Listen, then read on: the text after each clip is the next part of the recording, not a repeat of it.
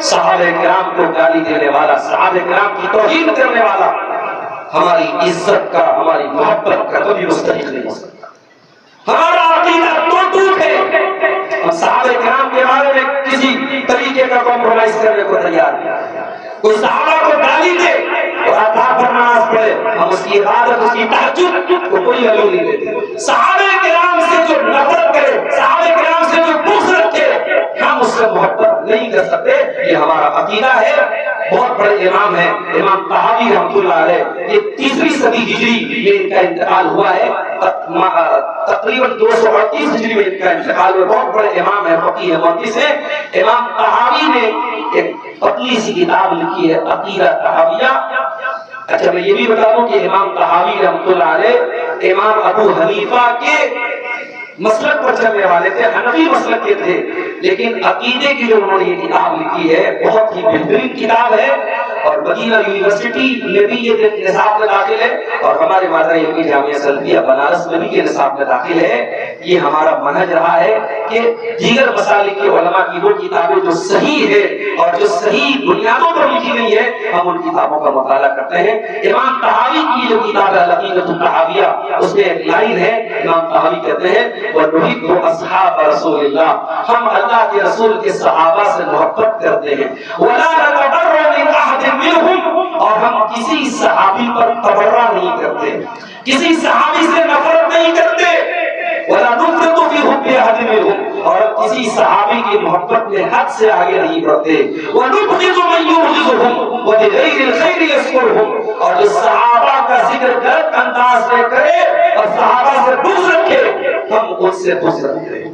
یہ امام طحاوی عقیدہ بیان کر رہے ہیں، یہ امت کا عقیدہ ہے، یہ صحابہ کا عقیدہ ہے، یہ سلف صالحین کا عقیدہ ہے، یہ اہل سنت والجماعت کا عقیدہ ہے، یہ محدثین کا عقیدہ ہے کہ ہم صحابہ کرام سے جو بغض رکھے ہم اس سے بغض رکھتے ہیں، اور ہم صحابہ کرام کا ذکر ہمیشہ اچھے انداز میں کرتے ہیں۔ اور امام طحاوی کہتے ہیں وَحُبُّهُمْ دِینٌ وَإِیمَانٌ وَإِحْسَانٌ، صحابہ کی محبت دین ہے، صحابہ کی محبت ایمان ہے، صحابہ کی محبت احسان ہے، وَبُغْضُهُمْ كُفْرٌ وَنِفَاقٌ وَطُغْیان، اور صحابہ سے بغض رکھنا یہ کفر ہے، یہ نفاق ہے، یہ سرکشی ہے۔ میرے عزیزوں، میں آخر میں پھر کہہ رہا ہوں، صحابہ معصوم نہیں تھے، ان کے ساتھ بھی انسانی کمزوری تھی، مگر ان کی نیتوں پر حملہ کرنا یہ بالکل جائز نہیں ہے۔ ان کی نیتوں کی گارنٹی اللہ نے دی ہے۔ صحابہ کرام سے غلطیاں ہوئی، ان غلطیوں کا ذکر بھی قرآن میں اللہ نے کیا ہے، مگر اللہ نے فوراً یہ بھی ذکر کر دیا ان سے غلطی ہوئی لیکن ہم نے معاف کر دیا، ہم نے معاف کر دیا۔ اللہ نے قرآن میں صحابہ کی کچھ غلطیوں کو بیان کیا، یہ بتانے کے لیے کہ میرے نبی کے صحابہ معصوم نہیں تھے، لیکن ساتھ میں یہ بھی کلیئر کر دیا کہ صحابہ سے جو بھی غلطی ہوئی میں نے معاف کر دیا۔ وَكُلًّا وَعَدَ اللَّهُ الْحُسْنَىٰ، اور تمام کے تمام صحابہ جنتی ہیں۔ سورہ حدید کی 10 نمبر کی آیت جس بات کا ثبوت اور اعلان کرتی ہے کہ تمام کے تمام صحابہ جنتی ہیں۔ ہم اور آپ اسی عقیدے پر میرے بھائیوں ہم چل رہے ہیں، اور آخر میں جاتے جاتے کیونکہ ہمارے شیخ محترم آ چکے ہیں اور ان کے آنے کے بعد پھر مقرر کا بیٹھے رہنا مناسب نہیں ہے، آخری بات بیان کرنے کے بعد ختم کرتا ہوں۔ آج بڑا اختلاف بھی ہم دیکھ رہے ہیں، بہت سارے مسلک ہیں، بہت سارے فرقے ہیں، ہر فرقہ والا اپنے آپ کو صحیح بول رہا ہے، ہر جماعت اپنے آپ کو صحیح بول رہی ہے، اور سب دلیل میں قرآن پڑھ رہے ہیں، سب دلیل میں حدیث پڑھ رہے ہیں۔ تو اختلاف کی اس دور میں ہم صحیح اور غلط کو کیسے پہچانیں گے، آئیے اس کا طریقہ میں بیان کرتے بات ختم کرتا ہوں۔ یہاں بھی صحابہ کرام کی بہت ویلیو ہے۔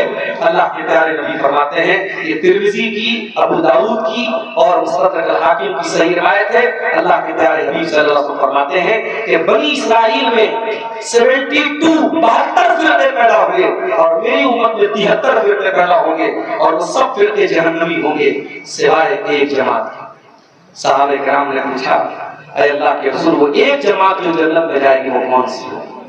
اللہ کے پیارے نبی نے اس جماعت کا نام نہیں بتایا، اس جماعت کی پہچان بتا دی، اس کا منہج بتا دیا، اس کا طریقہ بتا دیا۔ فرمایا ما انا علیہ واصحابی، جو میرے اور میرے نبی میرے صحابہ کے طریقے پر چلے۔ دیکھو قرآن وہی ہے، حدیثیں وہی ہیں۔ آج بدعت کو ثابت کرنے کے لیے ایک مولوی قرآن پڑھ کے بدعت کو ثابت کر رہا ہے۔ اب آج کے اس دور میں ہمارا ایک ہی سوال ہے کہ قرآن کی اس آیت کا جو مطلب آپ لے رہے ہیں کیا صحابہ نے لیا تھا؟ نہیں لیا تھا تو ہم نہیں لیں گے. ہمارے لیے قرآن و حدیث دلیل ہے، مگر قرآن و حدیث کی وہ ایکسپلینیشن، وہ انٹرپریٹیشن، وہ ویاکھیا، وہ پریبھاشا، وہ تشریح، وہ تفسیر جو صحابہ نے سمجھی ہے، ہم اسی کو سمجھیں گے، اسی پر عمل کریں گے. قرآن کی منمانی تفسیر نہیں چلے گی، حدیثوں کا منمانا مطلب نہیں چلے گا. اور علامہ اقبال بہت پہلے کہہ کے جا چکے ہیں کہ ہوئے اس درجہ فقیہان حرم بے توفیق، خود بدلتے نہیں قرآن کو بدل دیتے ہیں. میرے بھائیوں، آج قادیانی بھی قرآن سے اپنے مذہب کی دلیل پکڑ رہا ہے، حدیث کا انکار کرنے والا قرآن سے اپنے مذہب کی دلیل بنا رہا ہے. آج کے اس دور میں ہمیں صحابہ کرام کے منہج پر اور صحابہ کرام کے طریقے پر اور صحابہ کرام کی انڈرسٹینڈنگ پر چلنے کی ضرورت ہے. اور یہی وہ طریقہ اور منہج تھا جس کے بارے میں اللہ کے نبی نے فرمایا تھا کہ میں تم کو ایسے راستے پہ چھوڑ کے جا رہا ہوں جو بالکل کلیئر اور روشن اور واضح ہے، اور اس سے جو ہٹے گا لا یزیغ عنہ بعدی الا ہالک، اس سے وہی ہٹے گا جو ہلاک اور گمراہ ہو جائے گا. ہم اللہ سے دعا کرتے ہیں رب العالمین ہمیں صحابہ کرام سے سچی محبت کرنے کی توفیق عطا فرمائے.